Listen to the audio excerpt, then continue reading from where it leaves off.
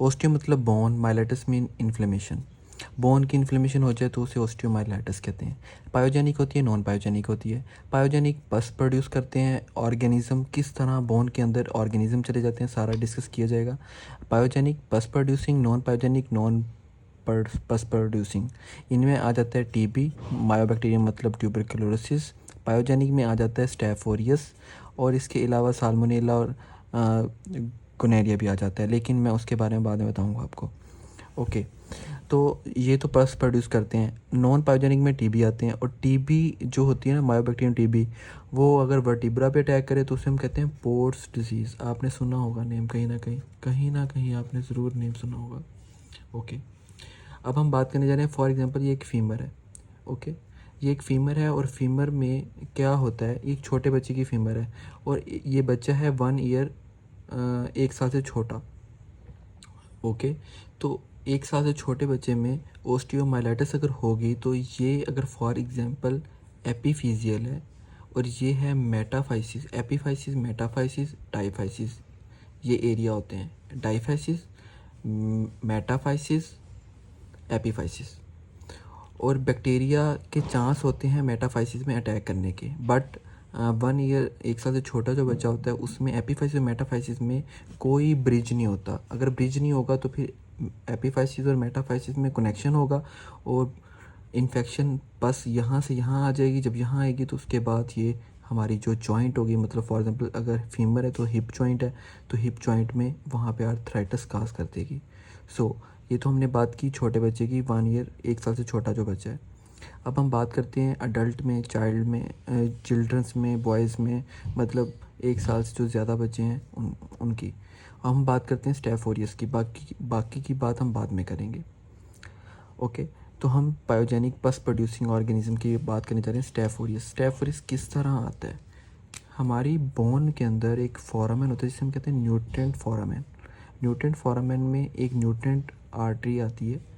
Artery आने के बाद काफ़ी जगह सप्लाई करती है, बट हम बात करेंगे सिर्फ और सिर्फ एक स्पेसिफिक जगह की, कि न्यूट्रिएंट आर्टरी आई और आने के बाद इसने मेटाफाइसिस वाले एरिया में जाके ब्लड सप्लाई किया। अब यहाँ पे ये ब्लड तो सप्लाई करती रहती है, लेकिन यहाँ पे साइनोसाइडल आर्टरीज, कैपिलरीज वगैरह होती हैं। मतलब यहाँ पे ना फ्लो जो होता है थोड़ा स्लो हो जाता है, डाउन हो जाता है, और इसमें ना टर्बुलेंस आ जाती है। जब भी टर्बुलेंस आती है कहीं पे भी फ्लो में, तो बैक्टीरिया ना जल्दी जल्दी अटैक कर सकते हैं उस जगह पे। सो अगर स्टेफ ओरियस है, स्टेफ ओरियस कहाँ से आ सकता है, फॉर एग्जांपल किसी को रिस्पायरेटरी इन्फेक्शन हुआ पड़ा है, या किसी को सेप्टिसीमिया हो गया। फॉर एग्जांपल सेप्टिसीमिया में इस तरह होता है कि हार्ड ना कॉन्स्टिपेशन हुई तो बैक्टीरिया एंटर हो गए बॉडी में, च्यूविंग के टाइम हो गए, जीआईटी इन्फेक्शन के टाइम हो गए। तो अगर स्टेफ ओरियस आ गया है और आपको नहीं पता, वो किसी न किसी तरह बच्चों में या बड़ों में हमारी जो न्यूट्रिएंट आर्टरी उसके अंदर चला गया है। ठीक है, अंदर जाने के बाद अब इसे यहाँ पे इन्वायरमेंट बहुत अच्छा मिल जाएगा। जब इसे अच्छा इन्वायरमेंट मिलेगा मेटाफाइसिस वाली एरिया में, क्योंकि यहाँ पे कनेक्शन है, अब इसमें यहाँ पे ब्रिज है, एपिफाइसिस में तो जा नहीं सकता, तो यहाँ पे ना टर्बुलेंट फ्लो है। ओके, तो यहाँ पे जब बैक्टीरिया आ जाएगा तो यहाँ पर न्यूट्रोफिल्स भी फ़ौरन आ जाएंगे। न्यूट्रोफिल्स आएंगे, लिम्फोसाइट्स आ जाएंगे, तो एक अजीब सा इन्वायरमेंट बन जाएगा। उस इन्वायरमेंट में डेड एंड डाइंग न्यूट्रोफिल्स होंगे, dead and dying staph aureus या कोई भी बैक्टीरिया होगा, डेड एंड डाइंग लिम्फोसाइट्स होंगे, ये सारा कुछ मिला के बन जाएगी पस। अब पस यहाँ पे तो अकोमोडेट नहीं हो सकती ना, ऐसे ही है। तो पस कहाँ जाएगी, पस कहाँ जाएगी, ये एक क्वेश्चन है। अब पस जाएगी कहाँ, वो आपको बताता हूँ। वो उसको इसको बताने के लिए मैं इस डायग्राम को थोड़ा सा एक्सप्लेन करता हूँ और बड़ा करके। ओके, तो ये तो हमारी पेरीओस्टियम है, ये अपनी याद रखना है। ये हमारी पेरीओस्टियम है, ये हमारी एपिफाइसिस है। एपिफाइसिस ये है, ये मेटाफाइसिस है, और ये डाईफाइसिस है। ये वाला पोर्शन डाईफाइसिस, एपिफाइसिस, मेटाफाइसिस, और ये जो बोन का एरिया है ना, मतलब जो बोन को कवर करता है, उसे हम कहते हैं पेरीओस्टियम। यहाँ से भी ब्लड सप्लाई पेरीओस्टियम को भी कहीं ना कहीं से आती है। पेरीओस्टियम की अपनी ब्लड सप्लाई होती है, ये कहता है मैं तो अपनी ब्लड सप्लाई रखता हूँ। ठीक है, ये अपनी ब्लड सप्लाई रखता है, तो पेरीओस्टियल आर्टरी आ गई। न्यूट्रिएंट आर्टरी से भी कुछ ब्रांचेस निकलती हैं, न्यूट्रिएंट आर्टरी से भी कुछ ब्रांचेस निकलती हैं, और वो भी यहाँ पे सप्लाई करती हैं। और इन एरियाज़ में बोन को बनाने के लिए कुछ ना कुछ तो चाहिए ना, तो बोन को बनाने के लिए एक बॉडी में ओस्टियोन टाइप आपने सुना होगा, आपने 4 चीज़ें याद रखनी है, ओस्टियोन, ओस्टियोसाइट्स, साइट्स, हैवर्जियन कैनाल, वुल्कमैन कैनाल। जो ब्लड सप्लाई इस साइड पे होगी वर्टिकली उसे हम हैवर्जियन कैनाल कह देंगे, जो इस साइड पे होगी हॉरिजेंटल उसे हम कह देंगे वुल्कमैन कैनाल। फॉर एग्जांपल ये एक ओस्टियोन है, ये हमारी बोन के अंदर पड़े होते हैं, ठीक है ना, यहाँ पे फॉर एग्जांपल पड़ा हुआ है इस एरिया में, मैं इसे थोड़ा सा बड़ा करके बता रहा हूँ वरना आपको समझ नहीं आनी। ओके, इसको मैंने उठा के यहाँ पे रख दिया, ये ओस्टियोन आ गया, ओस्टियोन के अंदर आ गई ब्लड वेसल्स आ गई। ओके, और ये ब्लड वेसल्स आई और यहाँ पे होते हैं ओस्टियोसाइट्स, ये ओस्टियोसाइट्स हैं फॉर एग्जांपल। तो ये पूरा हैवर्जियन कैनाल बन गया, मैंने बताया था ना, ये जो आर्टरी वर्टिकल होगी तो हैवर्जियन कैनाल बन जाएगा। वुल्कमैन कौन सा होगा, जो बहुत सारे ओस्टियोन मिलके, मतलब फॉर एग्जांपल एक और ओस्टियोन था और वहाँ पे भी ऐसे ही ब्लड सप्लाई थी। अब जो हॉरिजेंटल मैंने बात की थी, इनका आपस में जो कनेक्शन होता है उसको कहते हैं वुल्कमैन। वुल्कमैन, ये मैं एरो भी लगा देता हूँ, ये वुल्कमैन है, मतलब एक हॉरिजेंटल हैवर्जियन कैनाल का दूसरी हैवर्जियन कैनाल के साथ कनेक्शन जो ब्लड सप्लाई है वो वुल्कमैन कैनाल है। और इसका भी फर्दर और इसके कनेक्शन है, ये काफ़ी अच्छा दोस्त है, इसके काफ़ी कनेक्शंस हैं।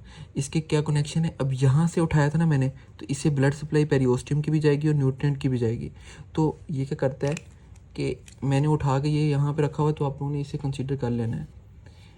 पेरियोस्टियल आर्टरी पीस लिख देता हूँ, और न्यूट्रिएंट आर्टरी ये भी हैवर्जियन कैनाल वाली साइड पे जाएगी, मतलब ये भी हैवर्जियन कैनाल का पार्ट होगा। मतलब हैवर्जियन कैनाल न्यूट्रिएंट आर्टरी से भी लेगा ब्लड सप्लाई, पेरियोस्टियल से भी लेगा और आपस में भी कनेक्शन बनाएगा, मतलब सबसे दोस्ती करेगा। ठीक है, ये तो हो गया पूरे का पूरा प्रोसेस। अब होता क्या है, फॉर एग्जांपल बैक्टीरिया यहाँ पे आए, पस प्रोड्यूस होगी, पस जब बन गई, थोड़ा सा बड़ा करके बता देता हूँ, ऐसे ही क्यों दोबारा बता देता हूँ, कोई मसले वाली बात तो नहीं है, फिर मैंने छोटा थोड़ा कर दिया, ठीक है। मैंने एक ही ओस्टिन बना देता हूँ बस। ब्लड वेसल्स न्यूट्रिएंट आर्टरी यहाँ से आई, ओके, कुछ इसने सप्लाई यहाँ पे कर दी, उसे कह देंगे वुल्कमैन कैनाल। यहाँ से वो जा रही थी सीधी हैवर्जियन कैनाल, इनके आपस में कनेक्शन थे, और यहाँ पर थी वो पेरियोस्टियल आर्टरी और उनके आपस में कनेक्शन थे, ठीक है। पेरियोस्टियल आर्टरी और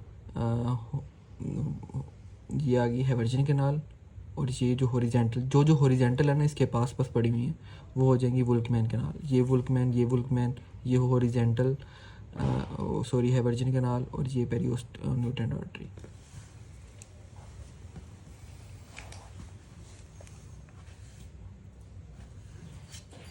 अब बैक्टीरिया यहाँ से आने के बाद क्या किया, न्यूट्रिएंट आर्टरी से गए, जाने के बाद फिर वुल्कमैन कैनाल में गए, ये वुल्कमैन कैनाल थी ना, वुल्कमैन कैनाल के पास जाने के बाद ये गए, ये वाली जो कैनाल थी हैवर्जियन कैनाल, जो वर्टिकल जो कैनाल होगी वो होगी हैवर्जियन कैनाल।